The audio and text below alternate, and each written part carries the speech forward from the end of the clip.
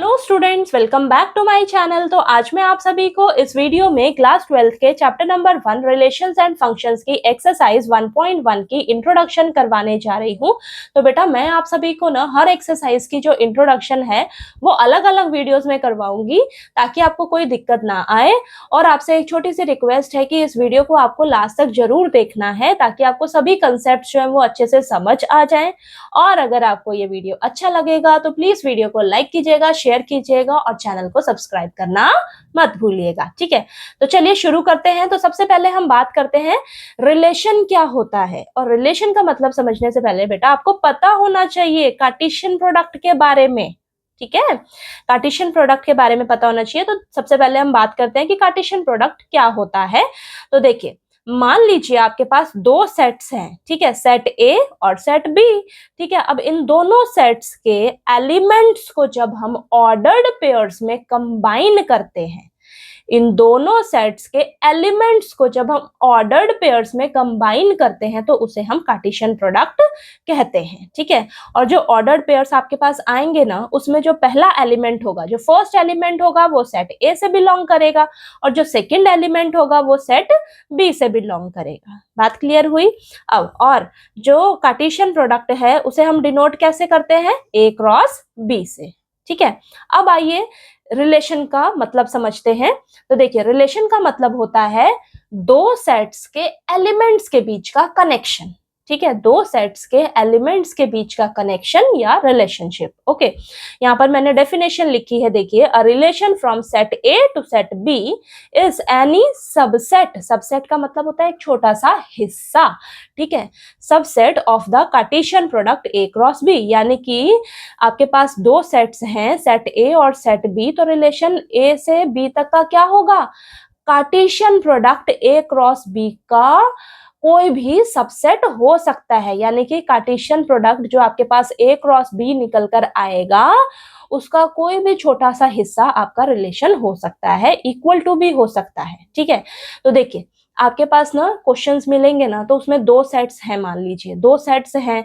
ठीक है, तो दोनों सेट से सबसे पहले आपको ना कार्टेशियन प्रोडक्ट निकालना होगा। कार्टेशियन प्रोडक्ट यानी कि ए क्रॉस बी निकालना होगा। ठीक है, अब ए क्रॉस बी से आपका क्या मिलेगा? आपको रिलेशन मिलेगा, यानी कि जो कार्टेशियन प्रोडक्ट होगा उसका कोई भी छोटा सा हिस्सा, कोई भी पेयर उठा लोगे आप तो वो आपका एक रिलेशन बन जाता है। ठीक है, और रिलेशन भी आपका क्या है? ऑर्डर्ड पेयर्स में ही लिखा जाएगा ना, इस तरीके से ए कॉमा बी। ये जो ए होगा ये सेट ए से बिलोंग करेगा और ये जो बी होगा ये सेट बी से बिलोंग करेगा। ठीक है, अब मैं आपको एग्जांपल लेकर समझाती हूँ, तब आपको ये दोनों अच्छे से और क्लियर हो जाएगा। ठीक है, तो देखिए बेटा, मैंने आपको बताया कि जो कार्टेशियन प्रोडक्ट है वो ए क्रॉस बी से डिनोट किया जाता है। अब ए क्रॉस बी में आपके पास क्या आएंगे? ऑर्डर्ड पेयर्स आएंगे। ठीक है, इस तरीके से। तो ये जो पहला एलिमेंट होगा वो सेट ए से बिलोंग करेगा और ये जो दूसरा एलिमेंट होगा ये सेट बी से बिलोंग करेगा। ठीक है, अब एग्जाम्पल देखिए, एग्जाम्पल समझिए। मान लीजिए आपके पास एक सेट ए है और एक सेट बी है। ठीक है, दो सेट्स हैं आपके पास। अब इन दोनों सेट्स में आपके पास ये एलिमेंट्स हैं। पहले सेट में एलिमेंट है 1 और 2, दूसरे सेट में एलिमेंट है 3 और 4। अब यहां से सबसे पहले आपको कार्टेशियन प्रोडक्ट बनाना होगा। ठीक है, कार्टेशियन प्रोडक्ट किससे डिनोट करते हैं? ए क्रॉस बी से, यानी कि आपको ए क्रॉस बी निकालना होगा। कैसे निकलेगा? हमें क्या करना है? दोनों सेट्स के एलिमेंट्स को ऑर्डर्ड पेयर्स में कंबाइन करना है। यही तो बताया मैंने कार्टेशियन प्रोडक्ट के बारे में। अब ये कैसे करोगे आप? देखिए, दोनों सेट्स के एलिमेंट्स ये है ना, इनको आप ऑर्डर्ड पेयर्स में कंबाइन करोगे। तो सबसे पहले इस एलिमेंट को लो, इस एलिमेंट को उठाओ, इसके साथ इसका पेयर बना लो, फिर इसके साथ पेयर बना लो। ठीक है, तो 1,3 और 1,4। ठीक है, इसका काम हो गया। अब इसको उठाओ, 2 को उठाओ, 2 को इसके साथ पेयर बना लो 2,3, फिर 2 को इसके साथ पेयर बना लो 2,4। तो यानी कि इतने ही ऑर्डर्ड पेयर्स बनेंगे आपके इस कार्टेशियन प्रोडक्ट में। इसके अलावा बनाकर दिखा दीजिए जरा। ठीक है, नहीं ना, यही बनेंगे आपके पास, 4 ऑर्डर्ड पेयर्स बनेंगे आपके पास। ठीक है, अब रिलेशन क्या होता है? ये तो कार्टेशियन प्रोडक्ट समझ में आ गया। अब रिलेशन क्या होता है? अब रिलेशन मतलब है कि आप इसमें से, इस कार्टेशियन प्रोडक्ट में से कोई भी सबसेट उठा लीजिए। ठीक है, कोई भी पेयर उठा लो, कोई भी पेयर उठा लो तो वो आपका एक रिलेशन बन जाएगा। ठीक है, मैंने आपको बताया ना रिलेशन क्या होता है? कार्टेशियन प्रोडक्ट का सबसेट होता है, ठीक है, एक छोटा सा हिस्सा। कोई भी उठा लो, यहाँ से मैंने कोई भी पेयर उठा लिया, मान लीजिए 1,3, 2,4, तो ये क्या हो जाएगा मेरा रिलेशन। समझ में आया, ये क्या हो जाएगा रिलेशन। समझ में आई इतनी चीज। अब देखिए कार्टेशियन प्रोडक्ट और रिलेशन समझ में आ गया होगा, फिर भी नहीं समझ में आया तो आप कमेंट करके पूछ लीजिएगा दोबारा से। ओके, अब बात करते हैं कि अगर मान लीजिए आपको पता लगाना हो कि total number of ordered pairs जो है वो मेरे कितने बनेंगे और टोटल नंबर ऑफ रिलेशंस कितने पॉसिबल हो सकते हैं, ठीक है। तो यहाँ पर मैंने एग्जाम्पल दिया है, देखिए ये तो आपके पास देखिए सेट ए और सेट बी, दो सेट थे, दो दो एलिमेंट्स थे, दो दो एलिमेंट्स थे ना, तो कितने आपके पास ऑर्डर्ड पेयर्स बने, चार, चार ऑर्डर्ड पेयर्स बने, 4 बने ना। अब यहाँ पर मैंने एग्जांपल लिया है कि सेट ए में ना 3 एलिमेंट्स हैं, सेट बी में ना 3 एलिमेंट्स हैं, दोनों में ही कितने हैं 3 एलिमेंट्स, इसमें भी है 3 एलिमेंट्स सेट बी में भी है, ठीक है। अब आपको निकालना क्या है कि हमें पता लगाना है total number of ordered pairs मेरे कितने बनेंगे इन दोनों सेट से, ठीक है। तो एक फॉर्मूला है निकालने का, देखिए क्या, तो मैंने मान लिया सेट ए के जो एलिमेंट्स हैं उसको मान लिया m और सेट बी के जो एलिमेंट्स हैं उसको मान लिया आपने n, ठीक है। तो आप क्या करिए m इंटू n कर दीजिए, m इंटू n, यानी कि m क्या है आपके पास 3 एलिमेंट्स हैं और b में भी कितने एलिमेंट्स हैं 3 है, तो 3 इंटू 3 9, यानी कि आपके पास 9 ऑर्डर्ड पेयर्स बनेंगे टोटल। समझ में आया मैं क्या बताना चाह रही हूँ, दोबारा से बताती हूँ। देखिए अब यहाँ पे ए में कितने एलिमेंट्स हैं 3 एलिमेंट्स हैं, बी में कितने एलिमेंट्स हैं 3 एलिमेंट्स हैं, 3 और 3 को मल्टीप्लाई कर दो, 3 3 जा 9, यानी कि 9 ऑर्डर्ड पेयर्स बनेंगे। समझ में आई चीज, यानी कि कार्टेशियन प्रोडक्ट में बेटा टोटल 9 ऑर्डर्ड पेयर्स बनकर आपको मिलेंगे। इसको देखो जरा, सेट ए में 2 एलिमेंट्स हैं, सेट बी में भी 2 एलिमेंट्स हैं, 2 इंटू 2 4, तो आपके पास देखिए 4 ऑर्डर्ड पेयर्स बनकर तैयार हुए ना कार्टेशियन प्रोडक्ट में। समझ आया, ऑर्डर्ड पेयर समझ में आ गया कि कार्टेशियन प्रोडक्ट में आपको कितने ऑर्डर्ड पेयर्स पॉसिबल हो सकते हैं, ठीक है, कितने total number of ordered pairs आपके बन सकते हैं कार्टेशियन प्रोडक्ट में, ठीक है। आपने बस देखना है कि ए में कितने एलिमेंट्स हैं, बी में कितने एलिमेंट्स हैं, दोनों को मल्टीप्लाई कर दो, आपको तुरंत मिल जाएगा कि इतने ऑर्डर्ड पेयर्स मेरे बनेंगे, ठीक। अब देखिए अगर आपको निकालना हो total number of relations, total number of relations कितने पॉसिबल हो सकते हैं दो सेट से, ठीक है, उसके लिए भी फॉर्मूला है आपका। क्या फॉर्मूला है, ए में कितने एलिमेंट्स हैं 3 एलिमेंट्स, बी में कितने एलिमेंट्स हैं 3 एलिमेंट्स, तो क्या करिए 2 की पावर 3 इंटू 3, ठीक है। मैंने माना था ना इसको, इनको m माना था, इनको n माना था, तो 2 की पावर m इंटू n, 2 की पावर m इंटू n, तो यानी कि 2 की पावर 3 इंटू 3, तो कितने रिलेशंस पॉसिबल हो सकते हैं 2 की पावर 9। इस जब आप इसको सॉल्व करोगे ना तो जितना आपके पास आएगा यानी कि उतने रिलेशंस पॉसिबल हो सकते हैं इन दोनों सेट्स से, ठीक है, इन दोनों सेट से इतने रिलेशन पॉसिबल हो सकते हैं। समझ में आई चीज, ठीक है। अगर आपको निकालना रहे total number of ordered pairs या total number of relations possible, तो ये दोनों फॉर्मूला आप अप्लाई करके निकाल सकते हो, पता लगा सकते हो, ठीक है।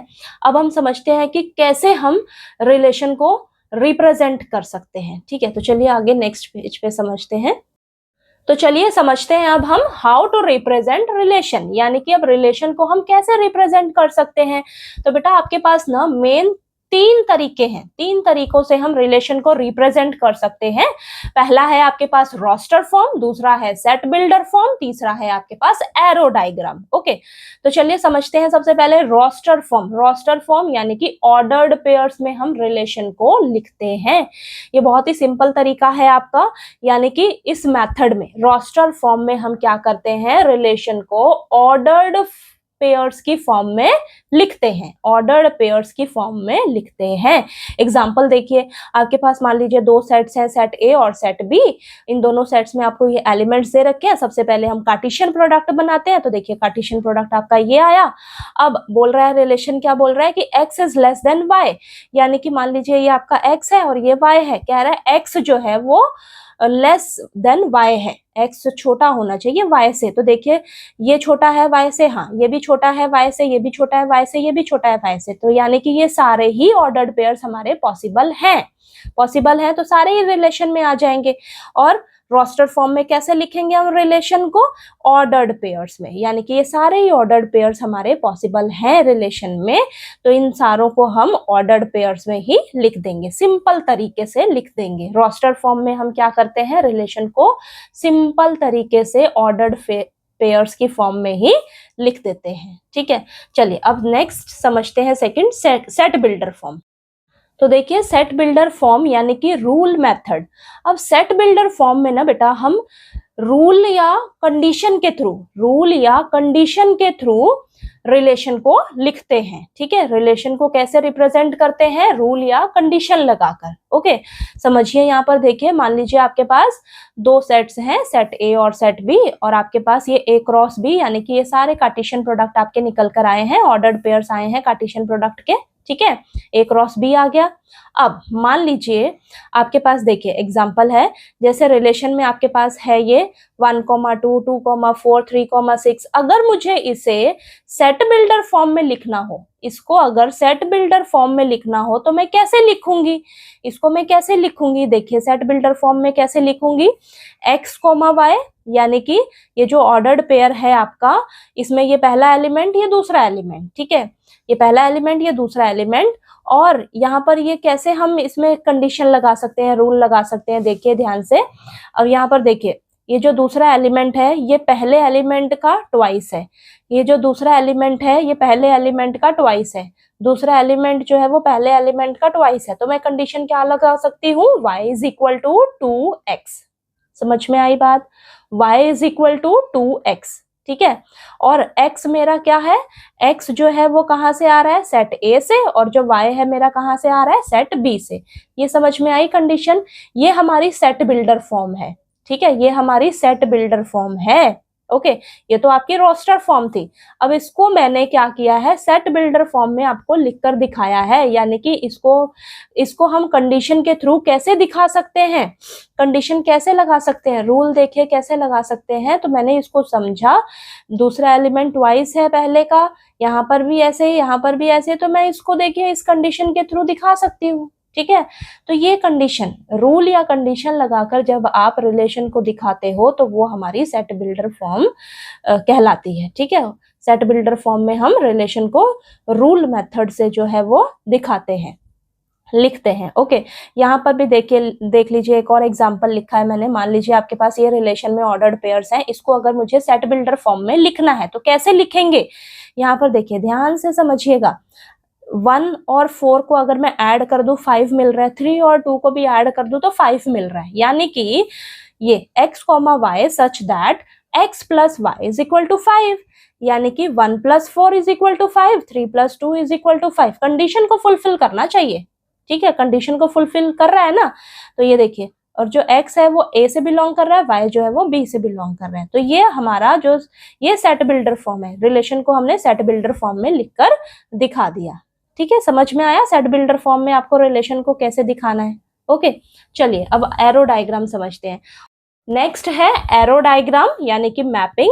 इसमें हम क्या करते हैं?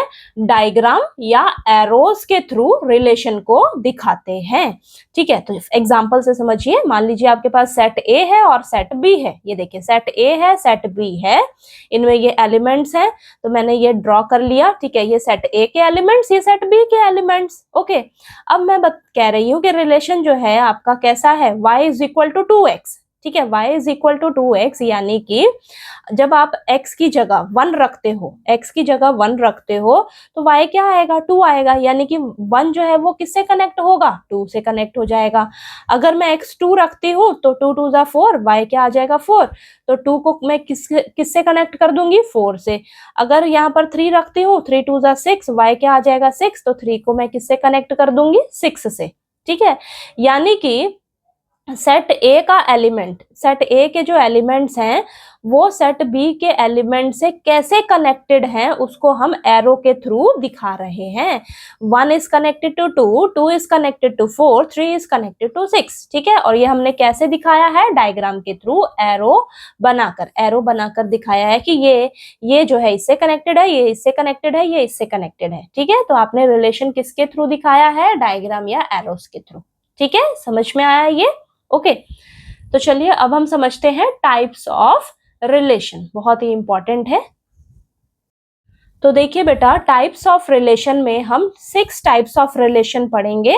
सबसे पहले एम्पैथी रिलेशन पढ़ेंगे, फिर universal relation, reflexive relation, symmetric relation, transitive relation और इक्विवेलेंस रिलेशन। ठीक है, बहुत इंपॉर्टेंट है ये, तो इसलिए आप इसको अच्छे से समझ लीजिएगा ताकि आपको क्वेश्चंस करने में इजी रहे। ठीक है, सबसे पहले हम समझेंगे एम्पैथी रिलेशन। तो देखिए, नाम से ही क्लियर हो रहा है, एम्पैथी का मतलब होता है खाली। ठीक है, यहाँ पर डेफिनेशन समझिए, अ relation R on a set A is called an empathy relation if no element of A is related to any element of ए। मान लीजिए आपके पास कोई सेट ए है, तो जो रिलेशन आर है वो एम्पैथी रिलेशन कब कहलाएगा? जब आपका सेट ए का कोई भी एलिमेंट सेट ए के किसी भी एलिमेंट से रिलेटेड नहीं होगा। ठीक है, सेट ए का कोई भी एलिमेंट सेट ए के किसी भी एलिमेंट से जब रिलेटेड नहीं होगा, तब आपका जो रिलेशन है वो एम्पैथी होगा। ठीक है, एम्पैथी रिलेशन कहलाएगा। और सिंबल क्या है एम्पैथी रिलेशन का? ये।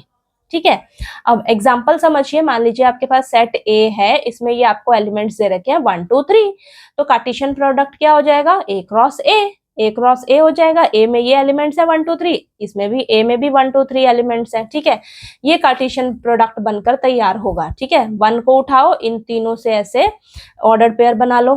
ठीक है, 2 को उठाओ, इन तीनों से पेयर बना लो। 3 को उठाओ, इन तीनों से पेयर बना लो। ठीक है, तो ये कार्टेशियन प्रोडक्ट आपको मिल जाएगा। ठीक है, ए क्रॉस ए आ गया। रिलेशन क्या कहता है? रिलेशन क्या कहता है? x, y such that x minus y is equal to 10। ठीक है, कह रहा है कि ना x में से y को माइनस करो तो आपको ना 10 मिले। ठीक है, अब आप इसमें से कोई भी पेयर उठाकर देख लो, कोई भी ऑर्डर्ड पेयर उठाकर देख लो, क्या इस कंडीशन को फुलफिल कर रहा है?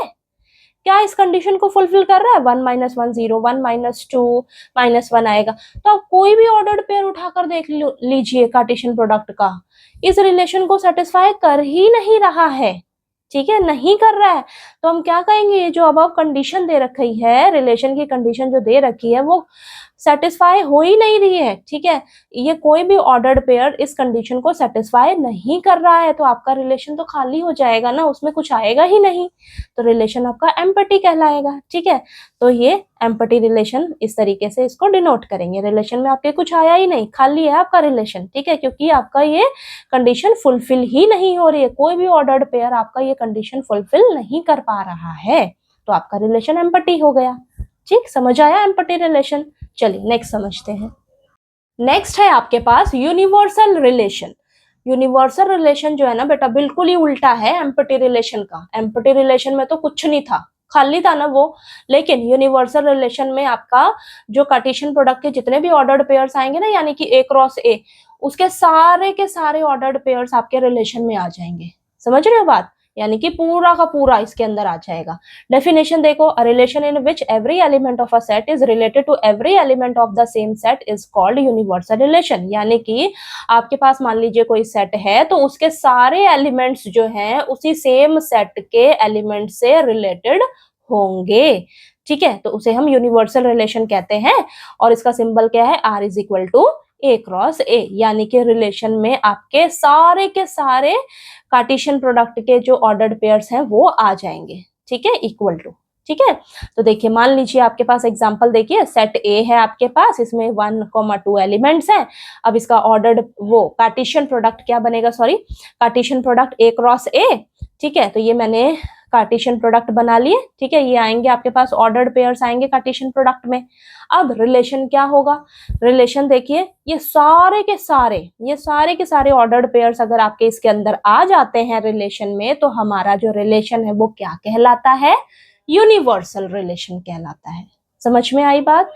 एम्पैथी मतलब खाली, कुछ मिला ही नहीं हमको उसमें, और यूनिवर्सल रिलेशन मतलब सारा का सारा इसके अंदर आ गया। ठीक है, जो कार्टेशियन प्रोडक्ट में ऑर्डर्ड पेयर्स जितने भी बने थे ना, सारे के सारे वो रिलेशन में हमारे अगर आ जाते हैं, तो उसे हम कहते हैं यूनिवर्सल रिलेशन। ठीक है, समझ में आया? चलिए नेक्स्ट समझते हैं। नेक्स्ट है रिफ्लेक्सिव रिलेशन। रिफ्लेक्सिव रिलेशन का मतलब है कि हर एलिमेंट ना खुद से रिलेटेड होना चाहिए। ठीक है, हर एलिमेंट खुद से रिलेटेड होना चाहिए बेटा।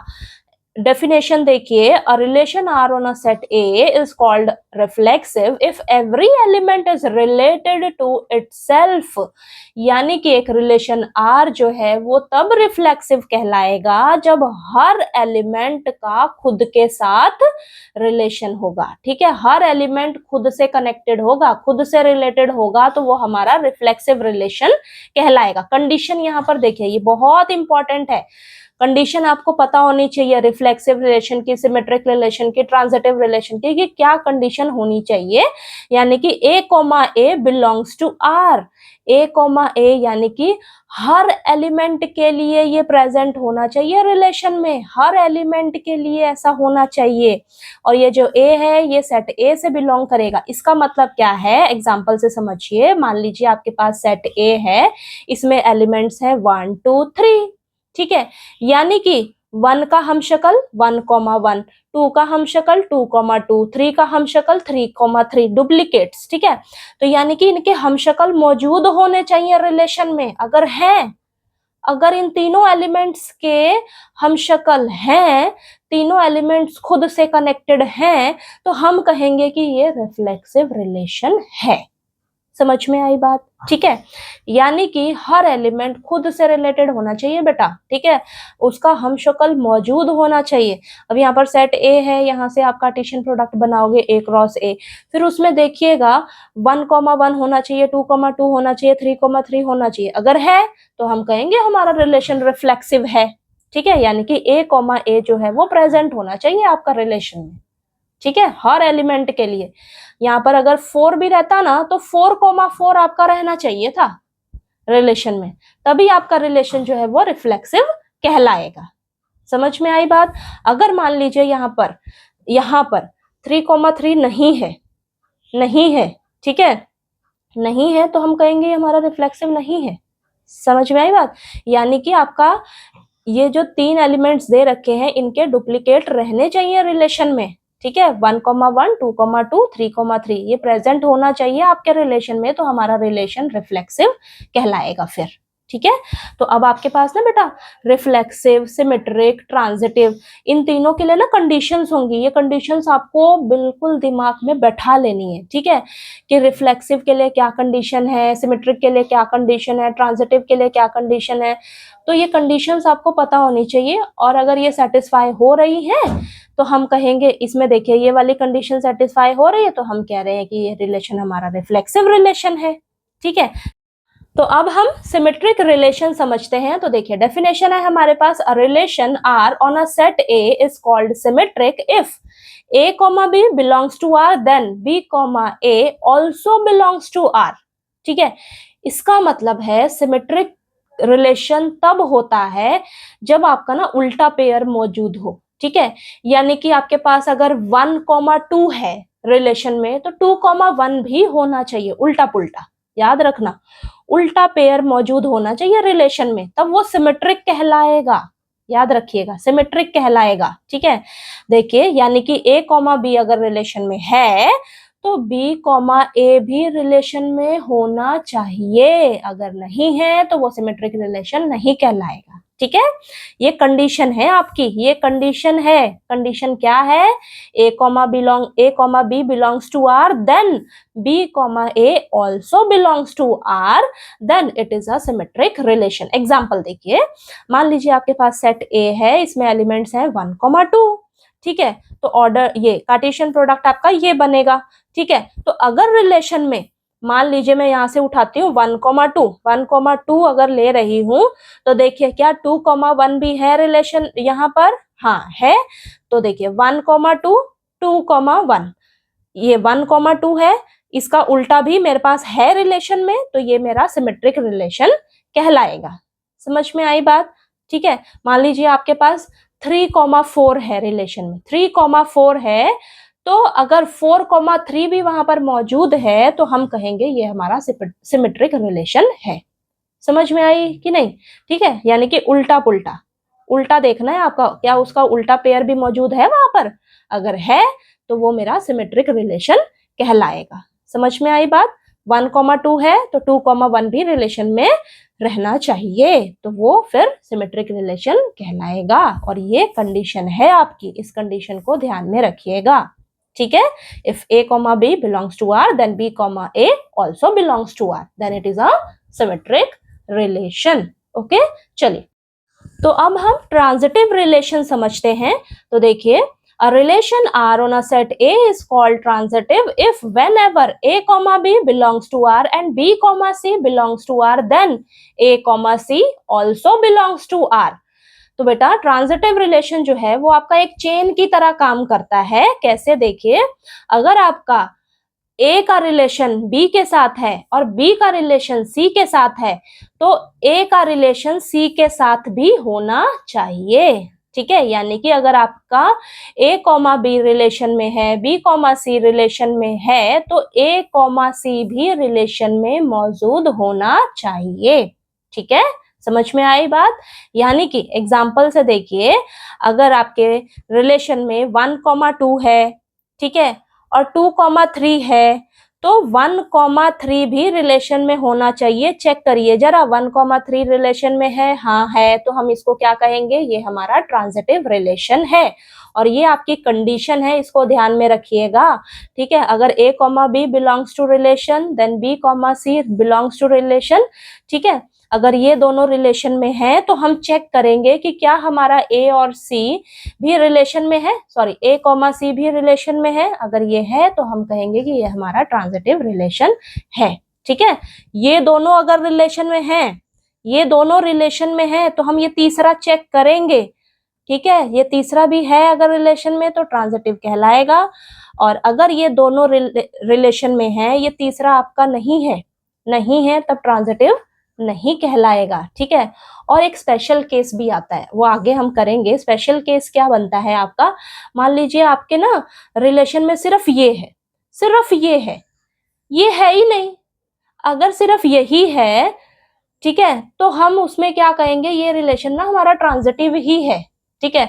अगर सिर्फ यही है, ये तो है ही नहीं, तो अगर ये नहीं है तो हम आगे का तो प्रोसीजर कर ही नहीं पाएंगे ना, ठीक है। ये तो चेक ही नहीं कर पाएंगे अगर ये नहीं है। सिर्फ ये है तो उस केस में हम कह देते हैं कि ये हमारा ट्रांजिटिव रिलेशन है। वो स्पेशल केस होता है, वो कहीं कहीं क्वेश्चंस में आपको मिलेगा, सिर्फ उसमें ये ही रहेगा, ठीक है। बोला जाएगा चेक करने के लिए क्या ये ट्रांजिटिव है। अगर सिर्फ ये है ही नहीं, ये है ही नहीं, तो ये तो हम चेक ही नहीं कर पाएंगे, है ना, ठीक है। तो उस केस में हम बोल देंगे ये हमारा ट्रांजिटिव रिलेशन है। लेकिन मान लीजिए आपके पास ये दोनों रिलेशन में है, ये दोनों रिलेशन में है, तो हमारा ये तीसरा भी मौजूद होना चाहिए। अगर ये तीसरा मौजूद नहीं है तो हम यहाँ पर कह देंगे ये हमारा ट्रांजिटिव रिलेशन नहीं है, ठीक है। क्वेश्चंस करेंगे ना तब आपको और अच्छे से समझ आ जाएगा। चलिए, अब लास्ट रिलेशन है आपके पास equivalence relation. A relation R on a set A is called an equivalence relation if it is reflexive, symmetric and transitive.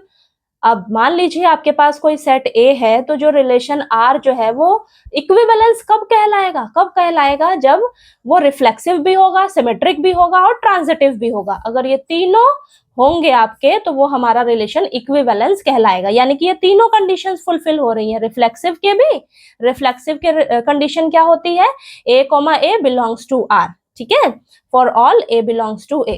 और सिमेट्रिक की क्या कंडीशन होती है, a comma b belongs to r, then b comma a also belongs to r। Transitive की condition क्या होती है, a comma b belongs to r, b comma c belongs to r, then a comma c also belongs to r, then it is a transitive relation। ये तीनों conditions अगर satisfy हो रही हैं रिफ्लेक्सिव, सिमेट्रिक, ट्रांजिटिव की, तो वो हमारा रिलेशन इक्विवेलेंस रिलेशन कहलाएगा। तो यहाँ पर भी मैंने लिखा है कि इक्विवेलेंस रिलेशन कब कहलाएगा, अगर आपका ये तीनों प्रॉपर्टीज, रिफ्लेक्सिव, सिमेट्रिक, ट्रांजिटिव की तीनों प्रॉपर्टीज अगर सेटिस्फाई हो रही हैं, तो हम कहेंगे कि ये हमारा रिलेशन जो है वो इक्विवेलेंस रिलेशन है, ठीक है। इनमें से अगर कोई भी एक सेटिस्फाई नहीं हो रही होगी ना, तो वो हमारा इक्विवेलेंस रिलेशन नहीं कहलाएगा, ठीक है। यानी कि ये तीनों की प्रॉपर्टीज हमारी सेटिस्फाई होनी चाहिए, तब वो रिलेशन हमारा इक्विवेलेंस रिलेशन कहलाएगा, ठीक है। समझ में आई आपको बात? तो देखिए, हमने ये एक्सरसाइज 1.1 की जो इंट्रोडक्शन है, जो जो टॉपिक्स इसमें यूज होने वाले हैं एक्सरसाइज 1.1 में, तो मैंने उसकी इंट्रोडक्शन जो है वो अच्छे से करा दी है। सब टॉपिक्स को आपको समझाने की कोशिश की है अच्छे से। तो अगर आपको किसी भी टॉपिक में कोई भी दिक्कत आए तो प्लीज आप पूछ लीजिएगा, ठीक है। और अगर आपको मेरा पढ़ाया हुआ अच्छा लगे तो प्लीज प्लीज प्लीज वीडियो को लाइक कीजिए, शेयर कीजिए और चैनल को सब्सक्राइब करना मत भूलिएगा। Okay, bye bye.